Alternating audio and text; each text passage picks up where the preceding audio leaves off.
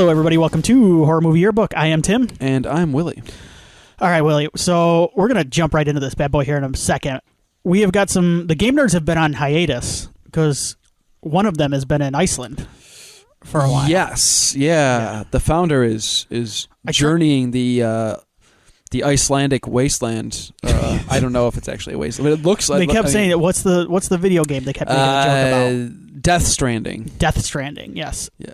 The one that stars... Norman Reedus. Norman Reedus, yeah. With a baby on his chest or something. I don't know. That game looks nuts. Yeah, it doesn't... Not for me.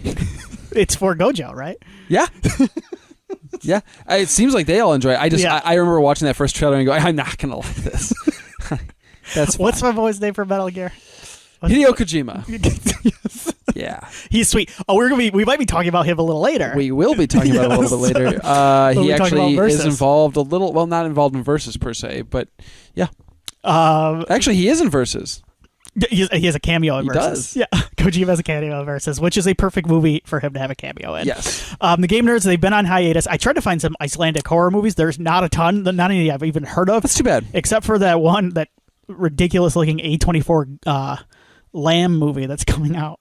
Did you watch the trailer for this? Not yet, no. Watch the trailer. I don't think you'll want to watch the movie. That reminds me, though. A24's doing some weird... A24, it feels like a parody. A24 is very hit or miss for me. Very hit or miss. I'm not going to pretend like I don't like some of it, but some of it is just the most boring, stupid stuff I've ever seen. Yeah. Wasn't False Positive on Hulu A24? That's an A24 movie, yes. We talk about False Positive in our bonus, our Tiny Terror episode, which you can get now on Patreon if you're a Patreon subscriber, or you can check us out in a week. I also want to say I forgot to make a joke. Steve asked us who the goat villain was, and I should have said Black Phillip. Black Phillip, obviously. Come on, Steve. But we will talk about Steve. I know we said we'd talk about it this episode. We got it on that or one. Or Borgnine from The Devil's Reign. He turns into a goat thing at some point. He does. So take your pick. The Game Nerds are going to be back, though. They're going to be talking about The Ascent, which I've never heard of. Sure, it's great. And they're also going to be talking about Zelda Skyward SWord HD for the Switch. Never played Skyward Sword. Do you say sword or sword? Sword. Yeah. How do I say it? Sword. Sword. I've heard some people recently say sword. I do say Skyward SWord. I will say it like that every once in a while. You do? Because Whoa. I think it's all of the S's and all the Skyward W's SWord? kind of jumbled together. Did I say it weird different too? Sword. Skyward. Okay, I'm going to say it like, I like that sword. Okay, yeah. So I'm saying sword. Yeah. SORD basically, right? Legend of Zelda Skyward SWord. Oh my God, I do too. It's tough not to. So check them out. We didn't do mind is blown. No Film Nerds recently. I think that's it right now. I think that's it. Yeah, I would guess Film Nerds will probably be talking about Suicide Squad at some point. I'm not going to announce that here because I don't host the show. I haven't been on the show in like months. Yeah. But I would assume... Right, you were missed during but we didn't even the Black Widow movie. We talked about last one. We talked about Black Widow is before the big lawsuit dropped. Oh, I'm just gonna say this: people sue each other all the time in Hollywood. They'll be making a movie. Scarlett Johansson will be making the Twilight Zone Tower of Terror movie in like 2 years. Everybody, let's not freak out about this. They're gonna. Let me tell you, no one's taking it personally. The lawyers are the ones that are going to handle it. If there's one thing I know about Hollywood and pro wrestling, it's that everybody just sues each other like crazy. You know, if there's one thing I know about the United States of America, it's that everybody sues each other. It's just rich people sue each other for more. Yes. There you go. Yeah. Anyway, yeah, fun stuff. I think that's it for our hot takes on the news. I believe so. Do you want to get in the time machine? Let's hop in. All right. Oh, man. We need a sound. What's a good sound for a versus? I wish I could mimic... I always call him Frog Guy. He's the Yakuza... Oh, I've got all of the names from Wikipedia like. coming out for the Yakuza members. I know. I believe he's Yakuza with Switchblade or Yakuza with Knife or something like that. Yeah, he's our favorite, I believe. Okay. I always call him Frog Guy because he kind of hops around like a frog when he becomes a creature. He's the one that does the tongue thing, right? Yeah, so I'm going to try a sound that it's inspired by him at least.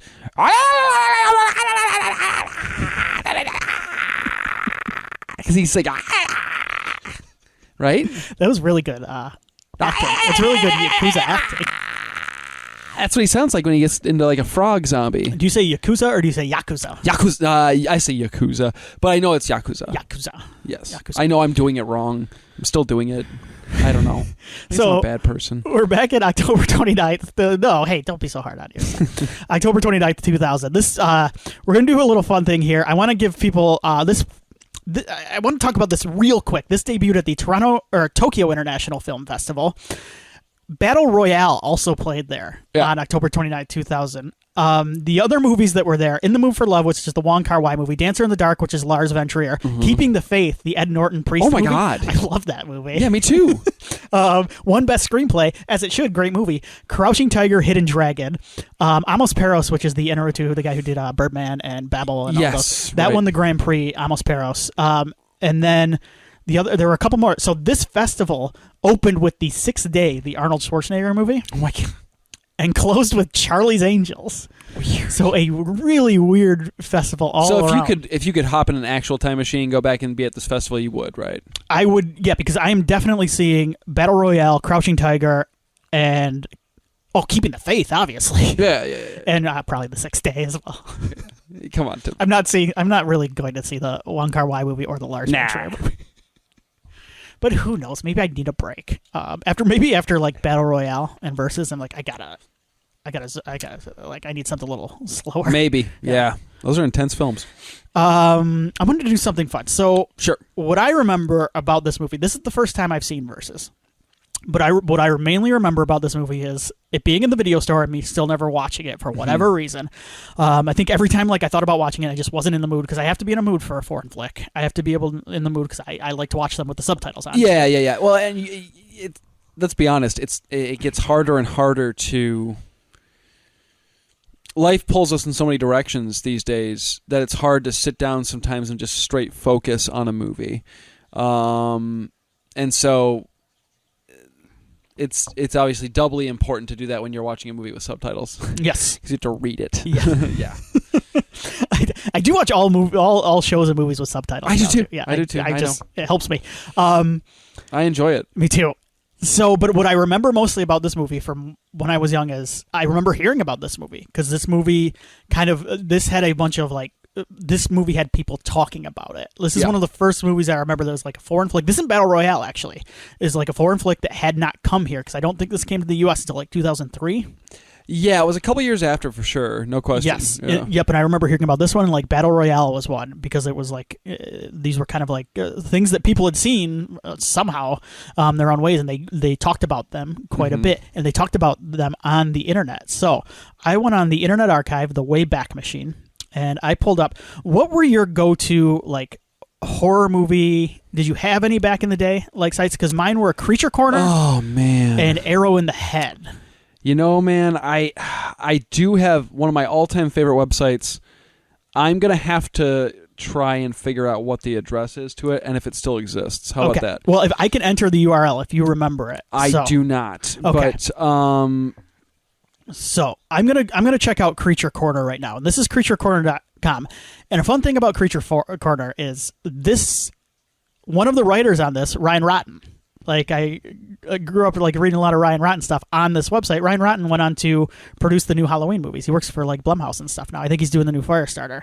Ryan Turek, I believe, is his actual name, not Ryan Rotten. But he wrote on this website, and this was kind of this and Arrow in the Head were my go-tos as a kid. Arrowinthehead.com. But I'm looking at the front page here, and they're the first splash page back in 2000. So we're in 2000 when this movie would have been coming out. Versus, we have it's a story on Jason X. For months, we've been waiting anxiously for the first images from the new Friday the 13th movie. We've gotten the teaser poster where Jason looks like a predator alien, and we've seen some pics of Mr. Voorhees in mid-swing, surely about to eviscerate some helpless crew member. Today, we've unveiled the very first CGI shot from Jason X, brought to us by our friends over at Diabolical Dominion. And here it is. Here it is. Oh, it's man. The creature from the virtual reality thing, right? Yeah. Yep. So this was like the first shot from Jason X, the first CGI shot from Jason X. They say the CGI for the film is in very capable hands of Tox Boy from Toronto. They are the minds responsible for bringing the effects in Fight Club and Bride of Chucky. So you can ease knowing that, if nothing else, the film is going to look amazing. Yes. And if there's one thing to say about Jason X, it definitely does not look like a Sci-Fi Channel show. That's true. Yeah, right? Not at all. Did you remember the website? No, I can't find it. It was a cool website because it broke down. He was always adding new sections, and it broke down. It kind of broke down director by director their filmographies and stuff. And it was the first time I learned about like Lucio Fulci. And, it was cool. I wish I could find it, but man, See, that's the thing is back in the day for that was like, years ago. Horror, like there wasn't a ton of like Arrow in the Head back in the day was mostly just reviews. Video Graveyard was another one that I came up reading, and like, I loved that website because he would just like he would post really short reviews of like just ridiculous horror movies he watched. But it wasn't a lot of there weren't a lot of news like there are now, because now you've got like Bloody Disgusting is kind of the big one now. So. Yeah, I don't know. I wish I could find this, man. At some point, I'm sure I will, but if it still exists. But it was a cool site because it was. I think it stopped getting updated after a while, certainly. But he had all sorts of stuff broken down by director, and I got to learn more about the directors and their filmographies and stuff through that website, and it was neat. It was, I knew some of like that, like Cronenberg, right? He had a Cronenberg section. I knew about The Fly, you know what I mean? I knew about Scanners. But like beyond that, I really didn't know a ton about Cronenberg's work. So I got to like, okay, like The Brood, I can check that out now, and dig into some of his earlier stuff, if I could find it, of course. But yeah, I like that site a lot. Man, now it's gonna be like my your mission to my quest. I don't even know how you. If you want a fun nostalgia, if you're someone who grew up spending too much time on the internet looking at movie news, the web.archive.org is a fun way to kind of. It's called the Wayback Machine. You just enter the site and it has different snapshots of like this one. So I'm back in 2000 still. This is a fun headline that's on the Creature Corner. Spawn returns. Spawn returns. Todd McFarlane made the silly mistake of optioning the rights to the first Spawn movie, which turned out to be a sappy piece of crap. Now the rights have reverted back to McFarlane, so now we can see if he can make the movie the way it should be made. So we're talking 21 years ago now. Todd is still talking about making the Spawn. His and own isn't it Spawn. still? Jamie Foxx was going to be in it. Yeah, is that happening still? I don't know. Huh. It was Blumhouse that was going to do it, right? Interesting. Yeah, that's right. Yeah, I don't know. Weird. Okay. So the more things change, the more things stay the same. Indeed. You want some early buzz?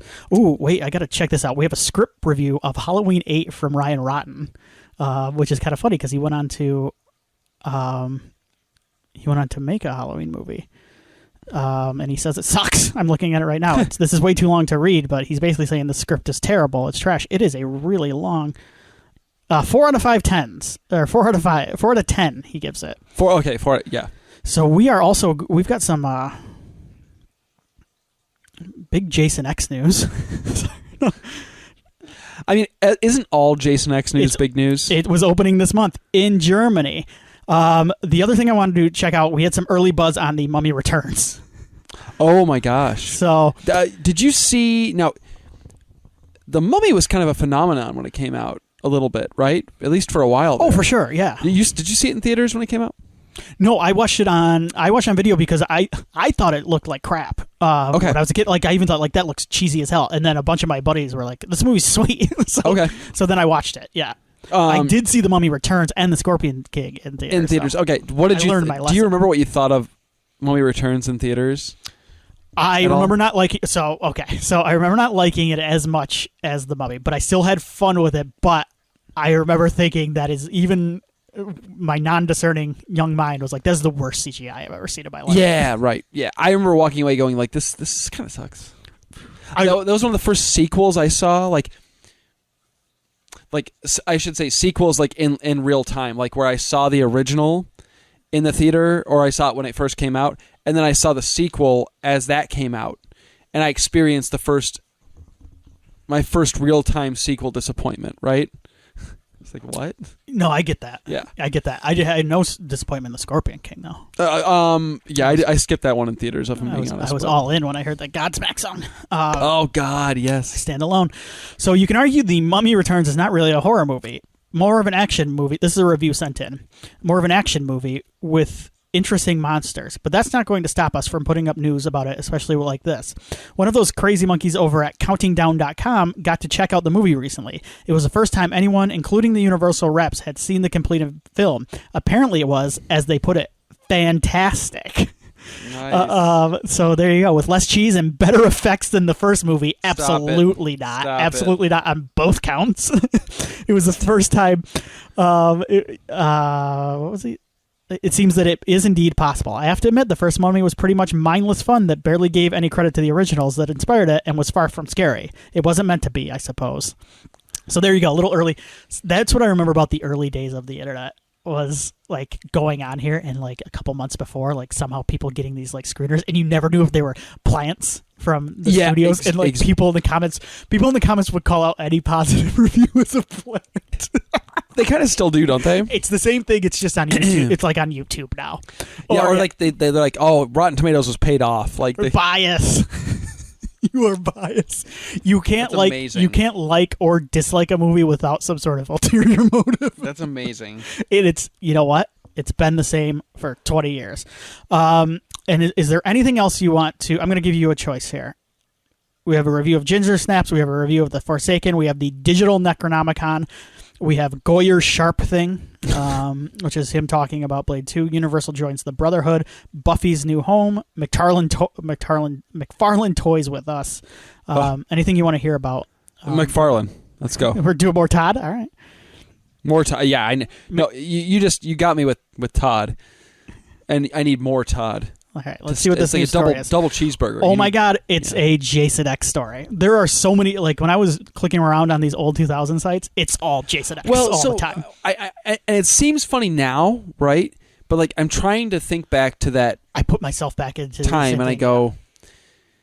So when did Jason Goes to Hell come out? 96? No, I think it was even earlier than that. It was like 93, 94. Yeah, wasn't it? let me see. We were thirsty for some Jason action at this point. And Jason X was in development for a while, because I believe it even, like, they had finished it. Like, I think they're finished around this time. They sat on it for like 2 years. Yeah. To remove Jason X from its... Yeah, so... yeah, the story covers it a little bit. Yeah.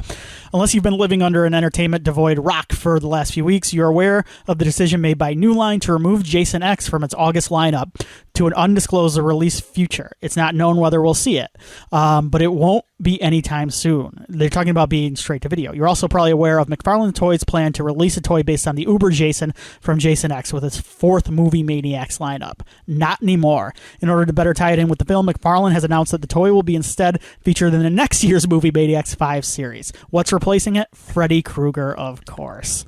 So, in further Jason X news, Friday13th.com, which I believe is still up and running. Oh, no, that's Friday the 13th franchise. Yeah. Is reporting that New Line is looking to release the film in October of 2001 or sometime in 2002, but no direct-to-video plans are underway. They commented that they'd like to release at the same time Halloween 8 comes out, assuring that they'll make more money. The other thing about Jason X is it didn't come to a theater anywhere near me where I was. No. So I had to wait until DVD. And I remember enjoying it, but being a little let down. It's grown on me quite a bit. I saw it in the theater. I didn't love it. I still don't love it. You've always liked Jason X more than I have. For sure. I think. It's one of those rare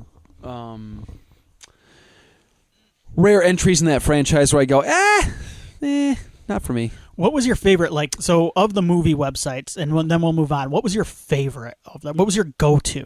I always, I don't want to give that site credit because the guy sucks, but I like Chud. Chud.com was a lot of fun. I went on that, yeah. Chud, Dark Horizons was sweet. Corona Coming Attractions, I remember.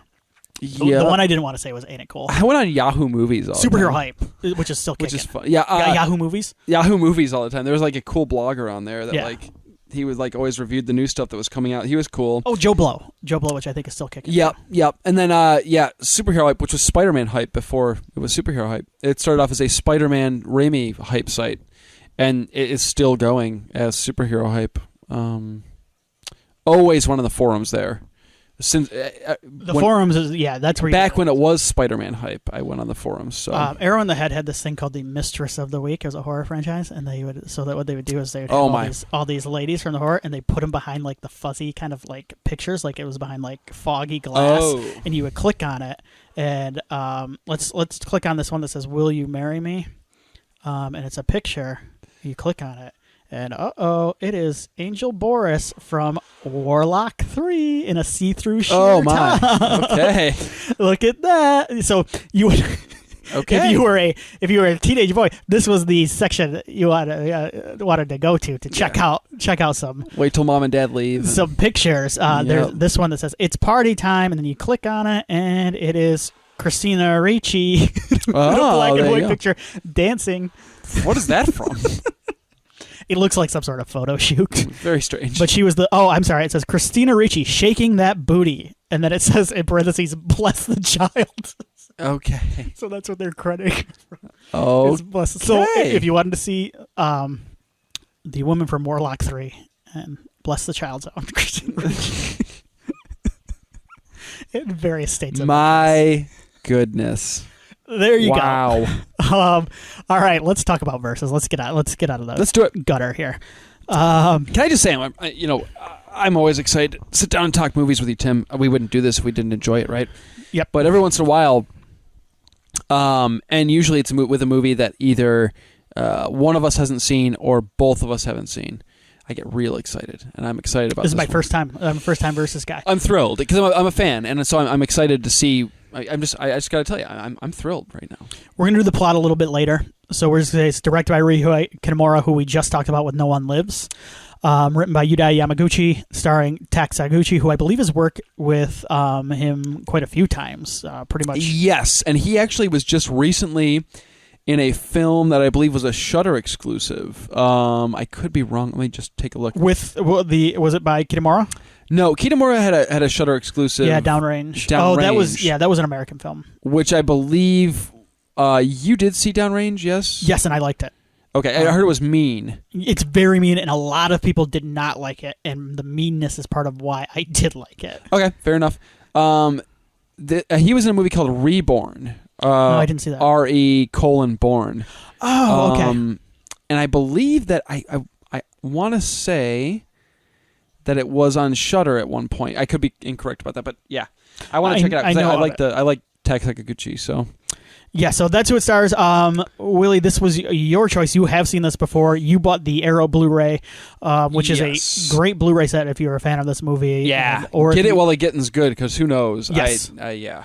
So you wanted me to watch this movie, I think, is a little bit. You wanted me to see it. Well, Tim, how many times have I mentioned, like, when we finished the episode and we're like, what are we going to watch next time? I've said Versus at least a couple times, and we've both been like, oh, yeah, we can't watch it. Because there's nowhere to watch it. I think we even, you picked it on an episode at the end of an episode, and then we Googled it. We may have even picked it and said we were going to do it and then couldn't do it. Because it didn't exist. I'm like, oh, wait, we can't do this. Yeah. Nobody can watch it at all. But you can watch it on Prime now, I believe. It is now available to rent, yes. Yes. Yes. So you don't have to buy it necessarily. Yes. But I borrowed Willie's Blu-ray because I live close to him, and he will let me. Yes, absolutely. But some of our listeners cannot do that. No, I will not lend you my Blu-ray. Sorry. I like you all very much, but I'm going to keep that one. Yeah, so I saw Versus. Yeah, what you remember your first time with Versus? Yeah, probably 2004, 2005. It had come out. I was working at Family Video, and it had come out, finally come out. I'd heard of it on the internet because I had been a little more internet savvy by that point, and I had heard about Battle Royale and things like that. And I had a friend who had family in Japan, who would buy Japanese films on DVD and ship them to him, and then he would resell them for higher money because you couldn't get those Japanese movies here. Ooh. And so I was the first person. Do I know this person? No, you do not. I was the first person I knew that owned Battle Royale, and that owned Final Fantasy VII Advent Children. So let me ask you this then. So were these were these like burned copies of these movies? These were burned copies of Japanese DVDs. Yes. Okay, so that way, because I remember, like, the people I was most jealous of a lot of the times back in the early 2000s was people with a region 3 blue like didn't DVD have that. player. These were burned copies. Those people had. I mean, they were living the life. I know it. Those things were expensive. Yeah. These were burned copies of the DVDs he got. Now everything's region free, right? I mean, not everything, but like a PS5 or a PS4 PS4 is region free. Yeah. Yeah, you can play anything on anything at this point. Yeah, which is the way it should have been to begin with. But whatever. Yeah, so I this came out in the U.S. It did have a little bit of a theatrical run, I think, here too, a brief one at least. Okay. I remember it being in some, it might have been like a main art situation, like some of the art housey stuff. But it came out on DVD, and I remember seeing the cover and going, "Whoa, what is this?" Because it's got this kind of purple hue to it, and this guy with this trench coat and a katana. And I remember thinking, like, man, this looks like Devil May Cry, like the Devil May Cry movie. I was like, this looks rad. And I rented it, and it was already in the 2-for-1 section by the time I started there. And I watched it, and I went, oh my god, wow, this is something else. And I asked every manager I had at that store, I asked if I could buy it because it never rented out. Yeah. And they all were like, "Oh, I can't do it." Can't. Why? Because the system won't let us sell it. I don't know. Some weird thing. And so I never got a copy of it on DVD, unfortunately. I should have just taken it. I hope someone, yeah. Looking back, yes. Yes, you definitely should have just stolen that. Like, people didn't do that. But anyway, so yeah, that was my first, and I was blown away by Versus because it was so different from anything I had seen. I mean, it had similarities to, and we'll talk about like some Raimi influences and some things like that. Like, certainly influenced by some of Western cinema, but it was so different and so kind of out there and crazy and mixing and mashing so many different genres that I enjoy that I was like, wow, this is very cool and very unique. So yeah, always liked the movie. Yep. And then Tim, this is your first. This is my first time watching it. I remember like using the DVD that we used to have. The thing about this is when I was reading, because there's a booklet that comes along with the Arrow Blu-ray, and it has a good little booklet too. Yeah, it's very good. And I was reading it, and there's a great essay that is kind of a quick read, and there's also an interview with Kitamura himself and some behind the scenes stuff, I think, as well. Mm-hmm. But what the booklet talks about how this was an Asia Extreme. Yes, but it wasn't in the U.S. I did a little more because I was not an Asia Extreme release. No, it was Tokyo Shock in the U.S., but Asia Extreme in the U.K. And so the whole time I'm like, man, because like it came like the Asia Extreme like label. Basically, Asia Extreme was a label under the Tartan Films distributor, and they distributed Japanese movies, and they were quote unquote the extreme stuff. Like you had stuff like Ring and Audition and Battle Royale. There was an exploitation element to it. Yeah, Hard Boiled. I think they put out a Hard Boiled, Infernal Affairs, Old Boy. It was a lot of Asian. Yeah. So like Japanese, Hong Kong. I have a bunch of those on DVD.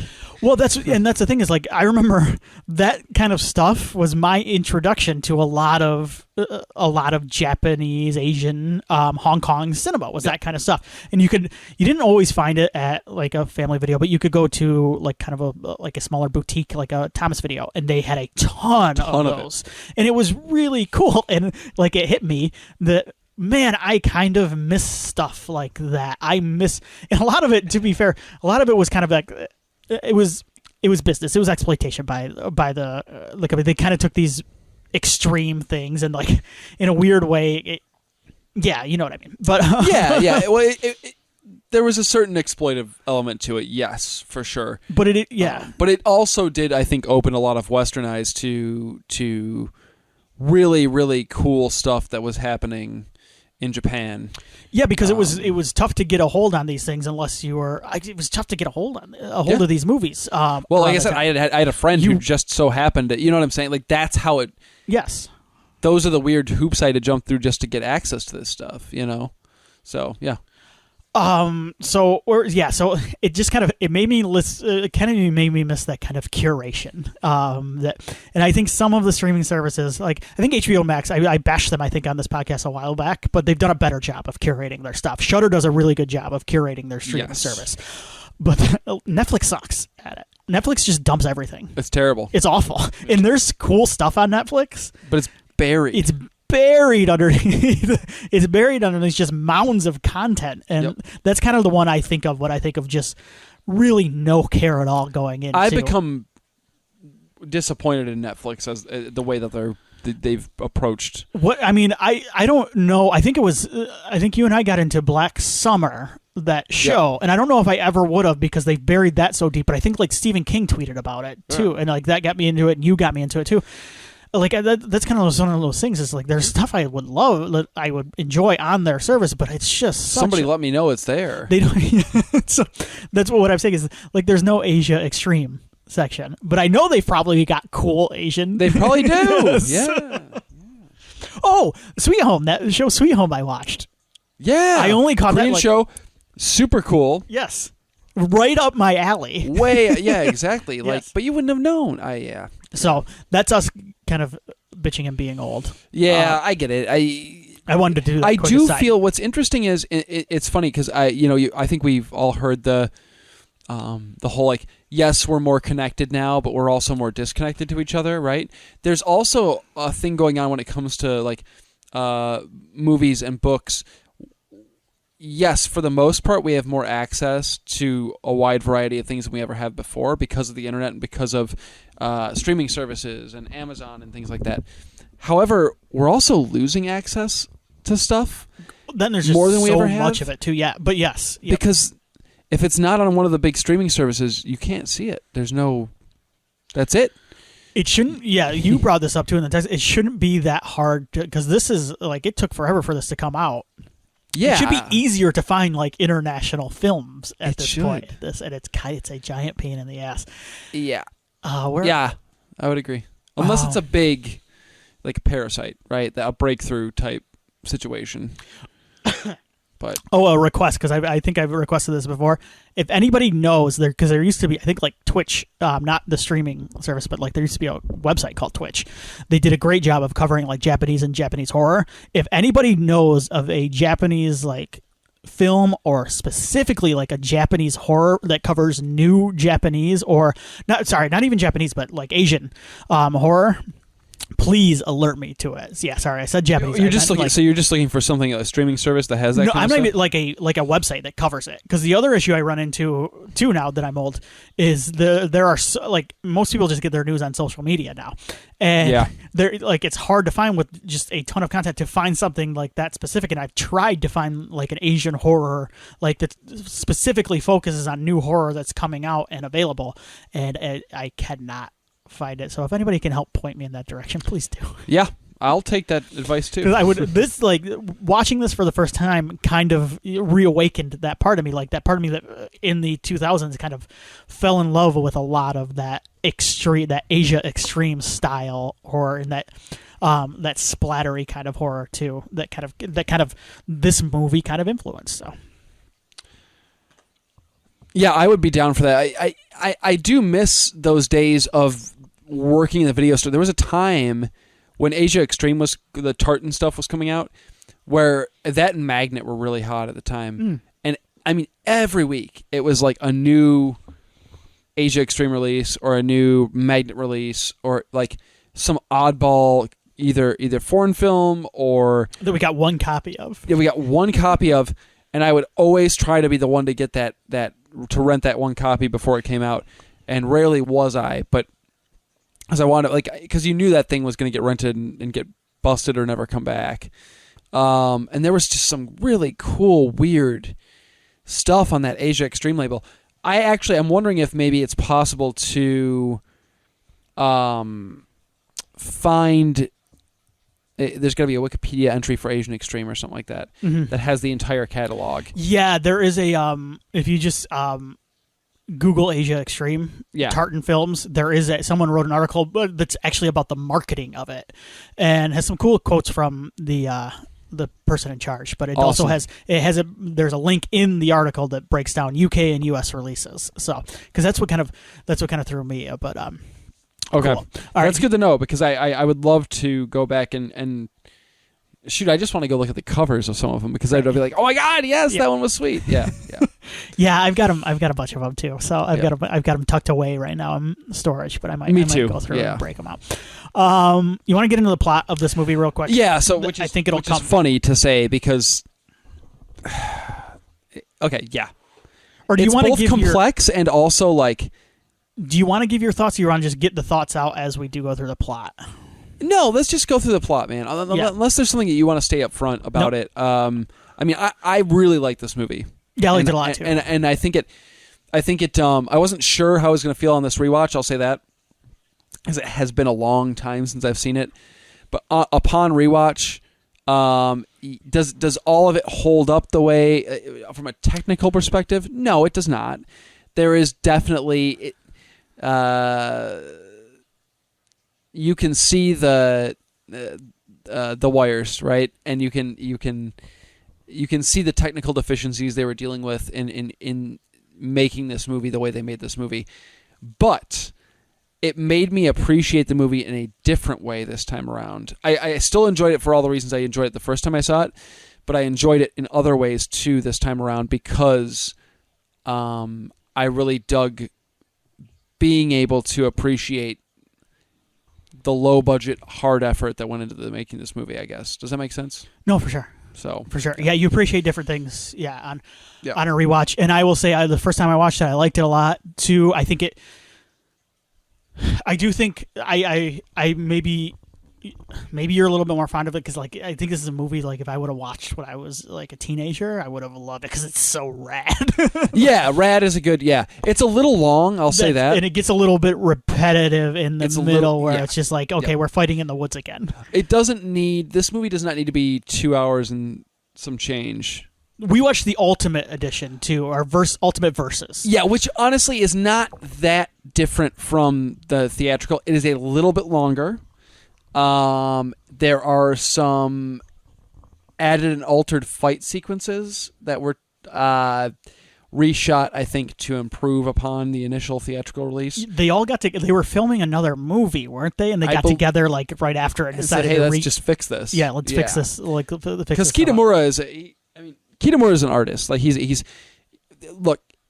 Kitamura's made some crazy zany American stuff too, like No One Lives and like Midnight Meat Train. But like Kitamura is an artist. And what I mean by that is Kitamura is not just making movies to make money. Kitamura is making movies because he's passionate about the art of filmmaking.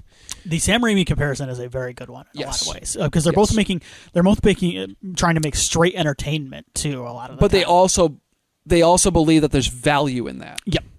Beyond just making money. So yeah, for sure. And it's not just the camera movement that he takes from him. It is that making movies for the sake of entertainment. Because Raimi has talked about that. I remember it was a movie interview for maybe even Spider-Man 3, weirdly enough, but it was him saying, I just hope that I'm making movies that entertain people for like a couple hours. And there, like you said, there is value in that. Yeah. And what's interesting too is that like he's talking about, in the booklet that comes with the Blu-ray, he talks about his influences, right? And he mentions Raimi, of course. He mentions Carpenter, which I can see. Another guy who wanted to make entertaining movies, but cared about the quality and the art of making the movie, right? I think Carpenter's right up there in that category. He mentions Cameron, who I think is right up there in that category of things. Even now, Cameron, who's a different beast, right? But he's playing with, and he has his own passions and kind of. But he's still.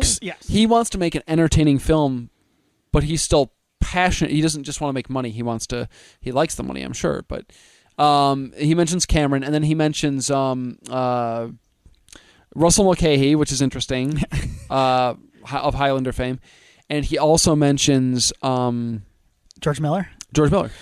George Miller, that didn't hit me until I watched this movie, because most of the stuff I've seen has been like, okay, that's Raimi influence, but this one I'm like, oh, this is George Miller. Like, this is straight. There's up. a lot of George Miller influence. This here. reminds me very much of a Mad Max, just a straight ahead action type movie that looks just like nonstop throwing stuff at you. Constantly. Big time. Yep. Anyway, so yeah, and I love all those directors that he mentioned. So I'm like, yeah, I'm with you here. Yes. I'm along for the ride now. Yeah.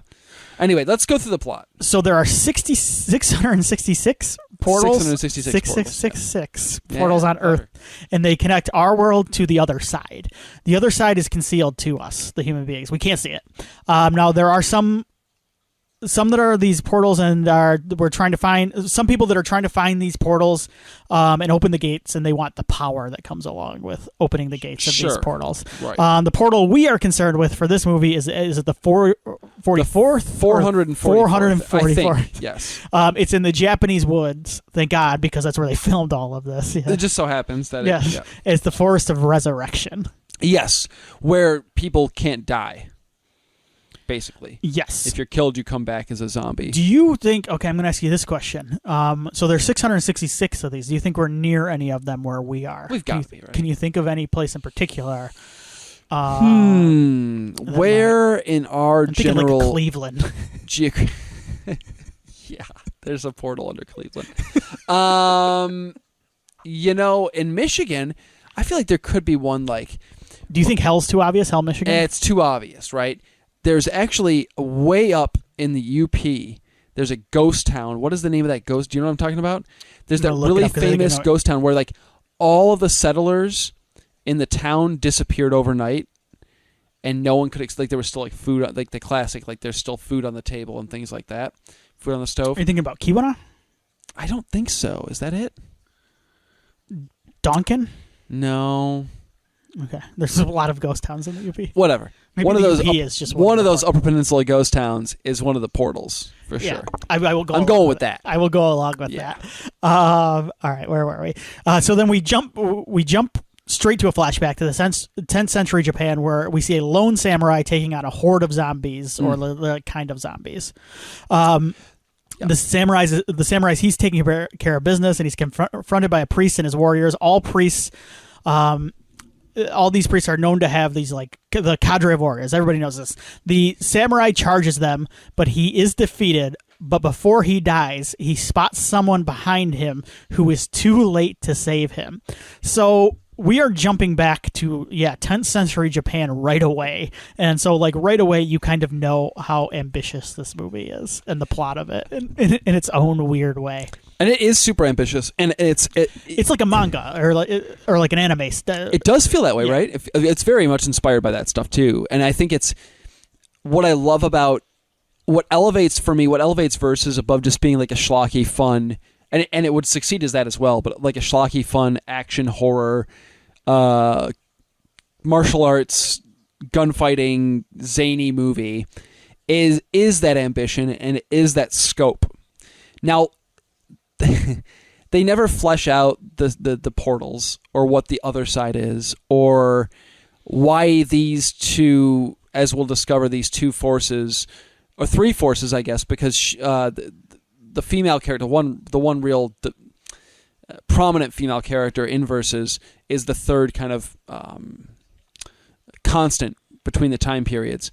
Why these three forces are in this power play, you don't really ever get that explained to you. And that's fine, in my opinion. It works fine for me not being explained. I'm actually okay with that. But what it does is it sets up this kind of universe and this mythology and this deeper level of storytelling under the surface of what it is essentially just a zany martial arts, crazy zombie action adventure movie with... I don't even know how to describe Versus. But underneath that, there is this undercurrent, and it wraps back up into the ending, which we'll talk about. I love the ambition. It was what I'm saying. I think it's... And this is the Highlander stuff, the McKay, absolutely. Stuff this is very much... I mean, this is... Well, it gets explained a little later, but yeah. A little bit, yeah. It's almost lifted from Highlander in some ways. Almost, you know? He describes this... So I think... a little bit what you're talking about. When asked what this movie's about, he says it's a film about fighting. He set out to create the biggest fight in history. So there's a lot of fighting. Yeah. So we then flash forward to present-day Japan, and we see two prisoners on the run where they meet up with a gang of Yakuzas. Our lead prisoner, KSC 2-303. We'll call him Sack. Oh, is that what you want to call it? Okay. Because I have prisoner here, because I was not referring him. Well, prisoner's good. Yeah, we'll call him prisoner. I like that. Yeah, I was going to say Sack Takaguchi, but let's go prisoner. Sees a girl that is kidnapped by the gang, and in their capture, he confronts them, which leads to the death of one of the Yakuza, who immediately springs back to life as a zombie. The prisoner and the girl escape into the woods, and the Yakuza get their orders to wait from their leader, but they ignore them, and they pursue the two escapees. Yeah, so we should mention this is our first zombie, right? We're going to be seeing plenty of zombies. Zombies in this are not Romero zombies. They're not shoot them in the head and they die. It seems that the only person who can actually kill a zombie and make it stay dead is the prisoner, for whatever reason, right? As soon as he shoots the zombie, it's down. And we kind of find out about that later? A little bit. Okay. A little bit. He talks about he was inspired by Fulci. Yes, his zombie movies, yes. Right? Your favorite Yakuza and mine, I believe, is... Okay, so here are the Yakuza names. Let's talk about them, yeah. And these were lifted Let's break them down straight from the source, Wikipedia. Because from this point forward, they mostly just fight. Right? I mean, this is where his movie about fighting idea comes into play, because the rest of the movie is a movie about fighting. Yes. Yakuza Leader, here are the names, the different Yakuza names. Yakuza Leader with butterfly knife. That is our favorite. Is that him? Okay. I believe that's him, yes. Motorcycle riding Yakuza with revolver. He's the one who looks like he's straight out of Mad Max. He's got like yeah. Crazy Yakuza with amulet. Who is that? I don't know. Crazy Yakuza with amulet. Is he the one who's running around the whole movie like lost in the woods by himself, freaking out? Who's the actor that plays that? Did you have the actor listed? I don't. I can't. Okay. Know. That'd be great if you could pull him up. All right. Sorry to put you on the spot there. I want to confirm. Okay, which one was that? Crazy Yakuza with amulet. Crazy Yakuza with amulet is Minoru Matsumoto. Yes, that is. So that is the crazy guy who's running around the whole movie in the woods by himself, panicking. With a spiky head. Okay. Yeah. So he has an amulet. I guess I've not noticed. I guess I'm so distracted by him panicking with his. He's really panicky. Yeah. A couple more here. Yakuza with glasses. Yep, I know him. Yep. And then finally, Yakuza zombie in alligator-skin coat. I don't remember him, but I can find the actor for that one. Sure. That is Ryosuke Watabe. Yeah, I don't know him. Yep. I'm not familiar with that character. Okay. This is where we should mention once again that Hideo Kojima of Metal Gear Solid fame was an extra in the movie. I think he was. Was he a Yakuza member? Or was he? He's a zombie. He's a zombie. Yeah. Yep. So, and like we said, this movie is very much a movie that he would cameo in. Yes, it is. Yep. He would enlist Kitamura to do the cinematic sequences for a remake of Metal Gear Solid. And if Gojo is listening, I know he's not a fan of Kitamura's work on the remake of. No, there's a lot of kung fu. The fight scenes are now like full on like. I'm not a Metal Gear guy. I don't know much about it, so he's not. Solid Snake is not into kung fu. Yeah, he can fight people, but I think it's a little bit more. I played with him in Smash Brothers. I think. Oh, he can fight a lot. In Smash. It becomes a little bit more John Woo, I think, than perhaps the original. You can see that's another influence you can see here too is John Woo. Isn't there a specific shot like where it's like a hard boiled shot? There are one or two moments, yes, that are straight up, for sure.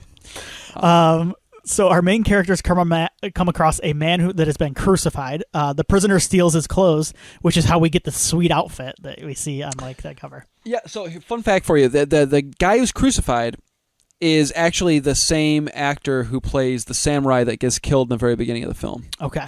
So it's like the reincarnated version of him has already fought and died, much like he did in the past.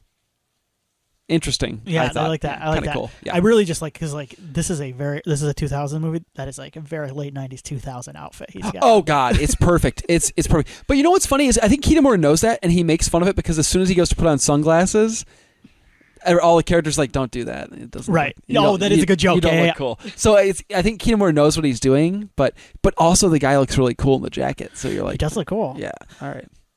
He does punch the lady too much, though. He hits her a lot. He needs to stop punching It's a bit the lady. much. Yeah, I will say that. It's all played for jokes, which is weird. Like, it's all played kind of like comical in a way. Like, it's played kind of slapsticky. So that kind of works in his like entertainment. Like, he's doing everything for entertainment sounding, but it is like he hits her like 4 times. He knocks her unconscious multiple times. I do like by the end she like blocks his hand. Like, okay, I know. Like, yes. He is. So then he's confronted by the Yakuza, and they have a big fight, which is what most of this movie is at this point. The Yakuza themselves. They're also preoccupied as the corpses that they have killed and buried in the forest in the past are rising up to take them on. Yeah, they've been taking people out to these woods and killing them for ages, right? They're the Yakuza. They're the mafia. That's what they like. They whack people. It's like you sleep with the fishes out in the Japanese forest. You sleep with the worms. Yeah. What's a cool the Japanese like they what are they? I don't know. What's a Japanese delicacy? Perhaps like a squid. Right? Okay. I believe the Japanese or they have fish eel too, yeah. Or eel, they have fish, but let's go with something else. What's the wildlife in the forest? Eel. Though? Oh, it was I'm gonna look this up. A red panda, perhaps. I believe they're in Japan. They're Japanese forest wildlife. Japanese forest, creatures or animals. Snow monkeys, tanuki, deer. Sleep with the tanuki. Sleep with the tanuki. Yeah. What is a tanuki? I don't actually know. That's a good question. It's just a cool sounding. It is a. It's a raccoon dog. Oh, sick. Yep. You sleep with the tanuki, bro. The tanuki are going to feast upon your flesh. Yeah. Okay. Yep. A couple fun facts here that I wanted to, because I saw these on the IMDb trivia for Kitamura. He was offered the job directing Fast and Furious Tokyo Drift. That would have been rad as hell. He turned it down because he said the script was poor. And it went to Justin Lin, That's fair. Justin Lin probably thanks him because he has made a shitload of money. Because he is Justin Lin because of... of Tokyo Drift. Kitamura would have been great at that. But yeah, I mean, like... I'm happy things worked out. The script probably of Tokyo Drift, I can see someone reading that and go, this is silly. I think the direction of Justin Lin for Tokyo Drift kind of amps it up a notch. Yeah, it does. Yeah. And then he was introduced to his American agent by Samuel L. Jackson, whom he met at a party and was a great fan of Kitamura's work. That does not shock me. No, Sam Jackson's into like a lot of this style of stuff. Jackson's a bit of a cinephile for certain movies. He's got cool taste. He does. I would love to just sit down with Sam Jackson and pick his brain and go, tell me some stuff I should see that I haven't seen. Because I guarantee you he knows some shit that I haven't seen. There's a reason why him and Tarantino are friends. Mm-hmm. Let's just... Right. All right, so where are we? There are too many zombies now. Yes. The Yakuza call in the big guns. 3 assassins. Red-haired assassin, long-haired female assassin, and short-haired female assassin. So we should... Great character names. We should mention at this point that there is a bit of a twist in the plot, right? So the butterfly knife-wielding Yakuza and the glasses-wearing Yakuza betray the motorcycle Yakuza. Oh, yep. And they reveal, and there's a bit of a insinuation at a homosexual relationship between the two of them because I think they kind of touch each other's face, like kind of. Okay. There's kind of a, which I thought was interesting. I don't know. It doesn't. I didn't pick up on it, but yeah. He like touches the other one's face, kind of like in kind of a romantic way. I don't know. Okay. Whatever. Maybe not. I may have missed that part. Yeah. But I believe you. It turns out that their plan is to overthrow the boss, who we have not met yet. Yep. So they call in these assassins, these 3 elite assassins, long-haired lady, short-haired lady, and red-haired guy. They call them in. Do you have a favorite? Red-haired guy. That guy is so funny. His zombie face is the best because he just looks so like so kind of smug. Yeah, he's my favorite. The idea, I think, is that the switchbladed and the glasses-wearing Yakuza who are betraying the boss have hired these assassins to back them up for their inevitable taking of the throne. Right. Right. So anyway, just it's not out there fully, but I think that's what's going on here. Yeah. Yeah, because then the Yakuza leader shows up and he's pissed. Like the prisoner, they're fucking up. Yeah, the prisoner and the girl, they're away. Then they kill him, but he gets right back up as a zombie, and then he turns a bunch of other people into zombies to do his bidding. Well, he doesn't. That's the thing. Like they kill him, but he doesn't even necessarily come back as a zombie in the same way the other ones do. Right. Right. He comes back and he's kind of like, I'm a fucking wizard. Yeah, good point. Right? Like he's a necromancer or something. Ooh, and yeah. we should mention that the needs to be more necromancer horror, by the way. I agree. We need more like why are there not zombie apocalypse movies that are about necromancers? If you're listening to this, you're an aspiring screenwriter, write a necromancer Write me movie. a necromancer movie. We will review it. Let us know. Yes, and I bet you all like it.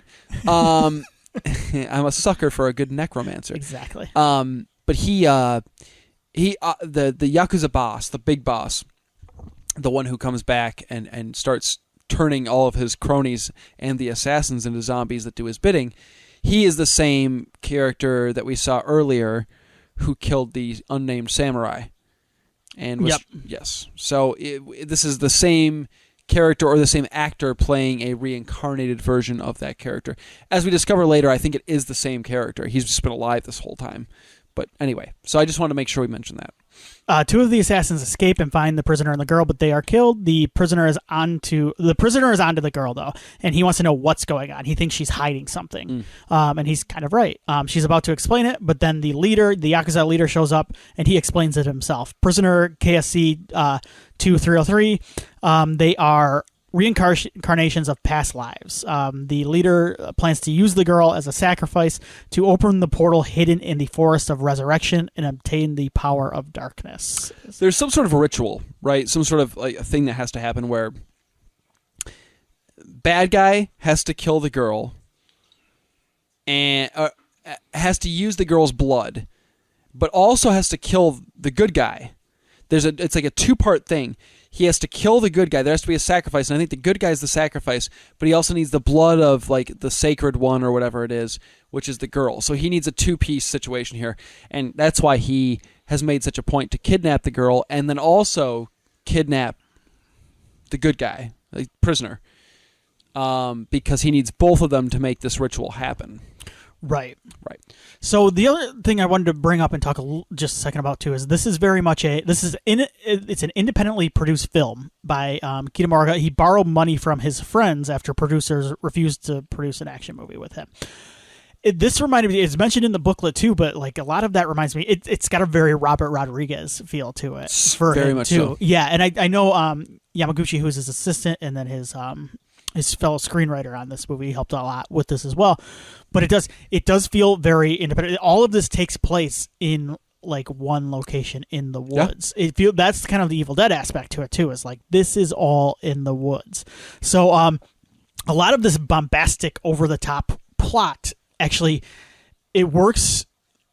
Even the exposition works in its favor because it makes this whole thing feel bigger than it actually is. It totally does. It's kind of like the Necronomicon in a way. Yes. Where it connects. You don't really have to spend that much money to do that sort of thing, but if you come up with this crazy plot that connects it to all these other worlds and stuff and you explain it like the Necronomicon does in its own way, like it makes it feel bigger than it actually is. And the beauty of like using the Necronomicon as an example, like Raimi obviously was able to go on and make further Evil Dead or Adventures of Ash stories, and was able to show you more of that world, particularly in Army of Darkness, and branch out and go, like, we've hinted at this bigger world.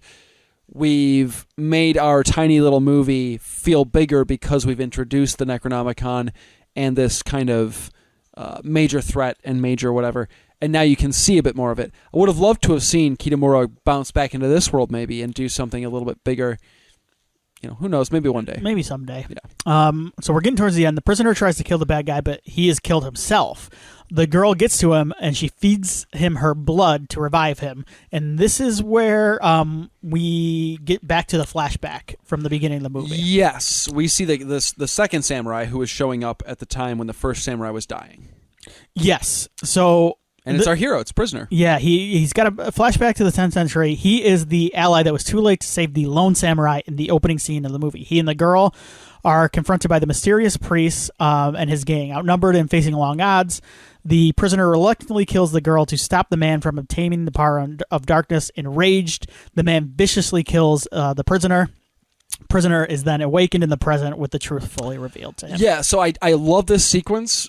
Like a lot, and this is the Highlander stuff. Where it's explained. Yeah, and I dig all this. This is my favorite stuff in Versus in terms of plot wise. It's shot a little bit differently. than the rest of the movie. It feels different to me. Maybe it's just the look and the. I think that's intentional, certainly. I love that the gang is the same, are all the same actors that are playing the Yakuza members. That's so cool to me. And I love the moment when she goes to when he first meets her as prisoner in the current time, she's very anti-violent. She said, "Please don't kill anybody more. Please don't kill anybody else. Please don't kill anymore." Yada yada. In the flashback, he goes to start fighting with the priests, the dark priests, cronies, and she stops him. And your initial thought, or at least my initial thought, was, okay, even back then, she was, in her older self, she was anti-violence. And he goes to do it again, and she stops him again, and she kind of gives him a look and a nod. And he gives this really solid, really, I think, solid performance where he recognizes what she's asking him to do, and he's got some pain about what he has to do. And he kills her. Because I assume the thought is, if I kill you, he can't finish his ritual. So I love that whole sequence. I think it's really cool. And I love that old school samurai vibe about that sequence and the fight sequence. It's not much of a fight. He gets his ass kicked, but like I love that. It just feels like an old samurai movie, and I like that. He's obsessed with The Last Samurai in that booklet, in that interview. He likes the movie. He likes the movie, but like he name drops it all. He's like, "This is the type of movie Japanese film should be making." Yeah, Chambara movies. Yes. I believe they're called Chambara, which were huge in early Japanese cinema, and then I think kind of they've come back. I think though there were more feudal Japan movies, I think, as the 2000s rolled on past verses into the aughts. Yeah. Red Cliff is one I think of a lot. What's the Mike 13 Assassins? Oh, I love that. That movie's God, awesome. I love that movie. What a great movie. Man, I'm going to watch that again. Yeah. It rocks. 13 Assassins rules. If you're listening to this and you haven't seen 13 Assassins, watch it. It is so sweet. Yeah. Mike has made probably like 1 billion movies, I think. Yeah. On his film. But you could, but like Japanese directors generally have insane output. Yeah.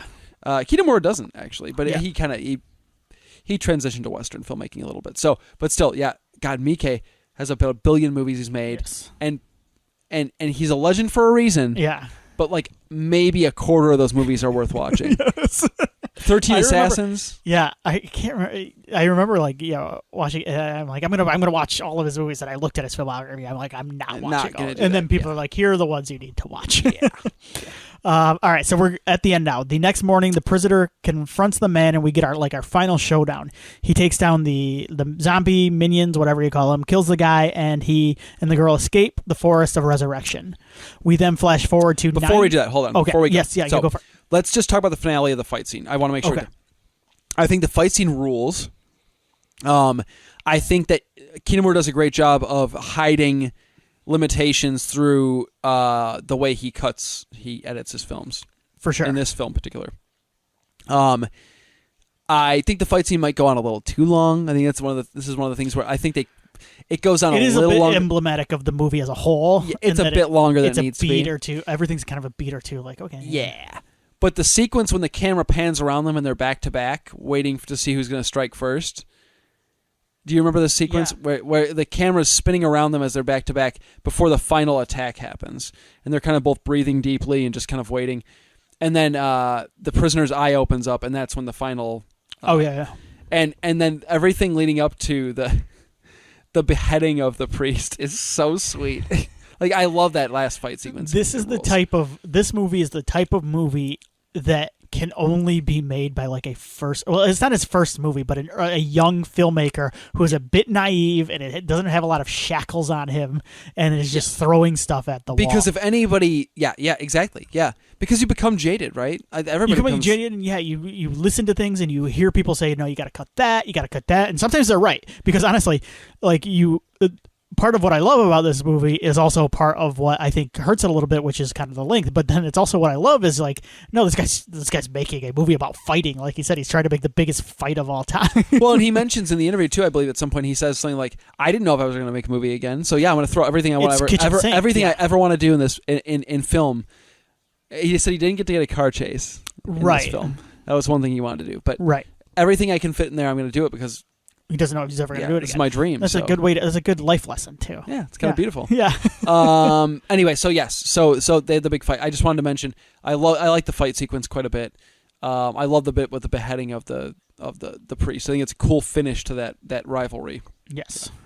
So then we flash forward to 99 years later. The Earth is in ruins, and the man is traveling through the remains of the bad guy. Is traveling through the remains of the city. Yes. The girl is now being held against her will by the prisoner and tells the man she made the wrong choice. The man and the prisoner charge at each other. And the prisoner's got the crew with him, yes. The bad guys.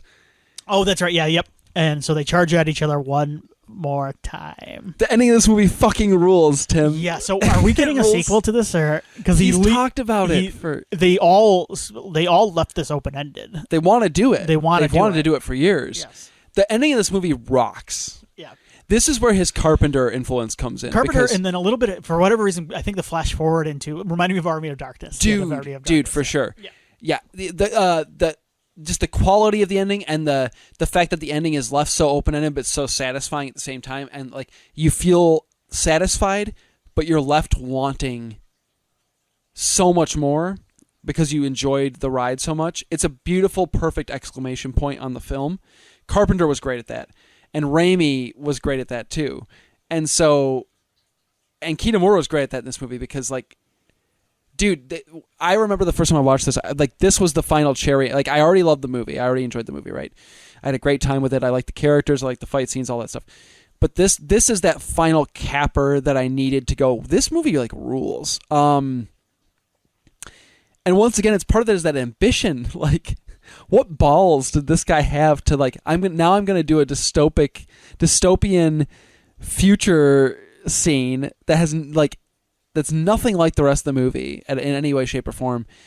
I'm going to do it on this shoestring budget, and I'm going to set up this kind of crazy, like, twist where now the roles are reversed, essentially, where, like, the good guy is the bad guy and the bad guy is the good guy. It rules, dude.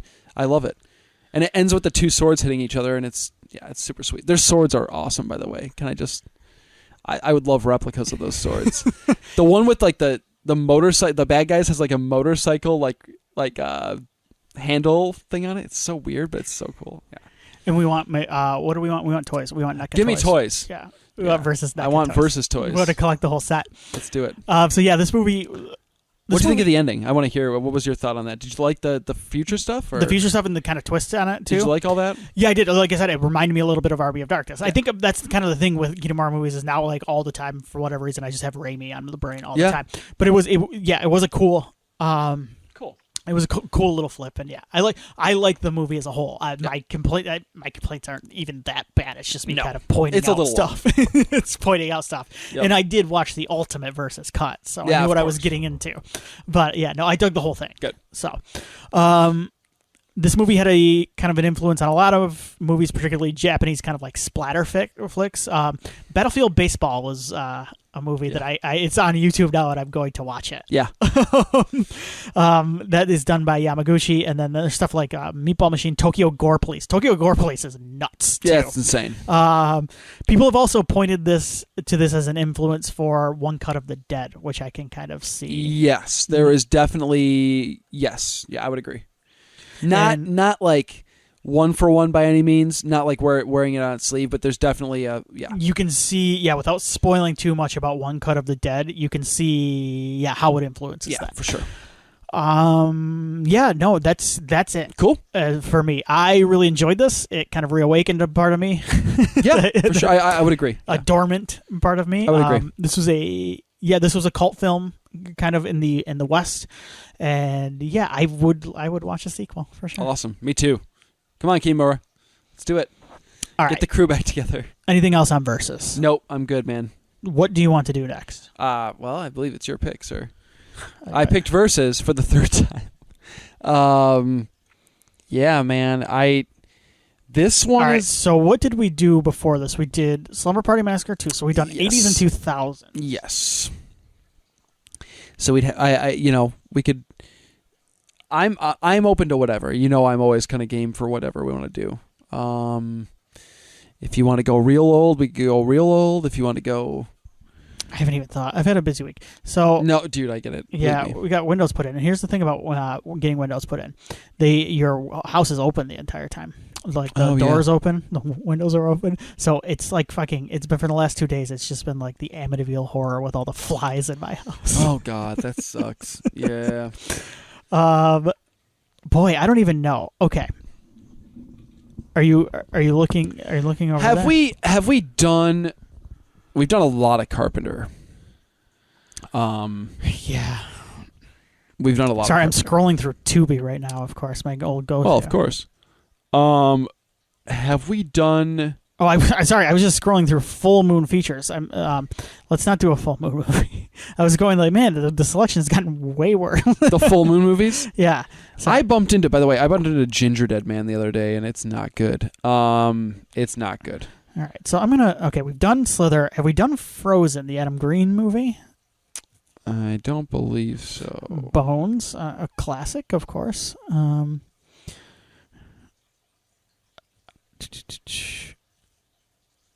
We've done The Descent. House of a Thousand Corpses. It Follows. Let Me In. Midnight Meat Train. We should hold off on doing another Kitamura. Yeah, we've done a lot of Kitamura, actually. Yes. I'm excited. This is a Kitamura fan club. See No Evil, of course. Okay, I don't know. Did you have an idea? Have we done Assault on Precinct 13 on this show? Have we done that? I feel like we have. But I've been wanting to rewatch it for a while, and maybe I'm barking up the wrong tree here. Since we have like nothing else that's popping into my head, I'm going to search our feed real quick just to make sure. Because if we have, it's been, it was one of those ones that we barely spent, and we did that Carpenter bracket that I'm thinking of. Yeah, but I don't want to count that because we didn't get to dig into. So while I look, why don't you tell everybody?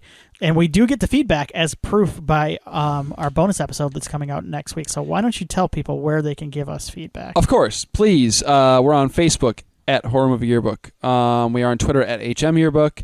You can also email us, horrormovieyearbook@gmail.com. Maybe remind us of what we've talked about. Hey, it's been like 4 years of this podcast, 5 years. Yeah, how long have we been going for? We've been going for a while, right? I think we're at almost 5 years.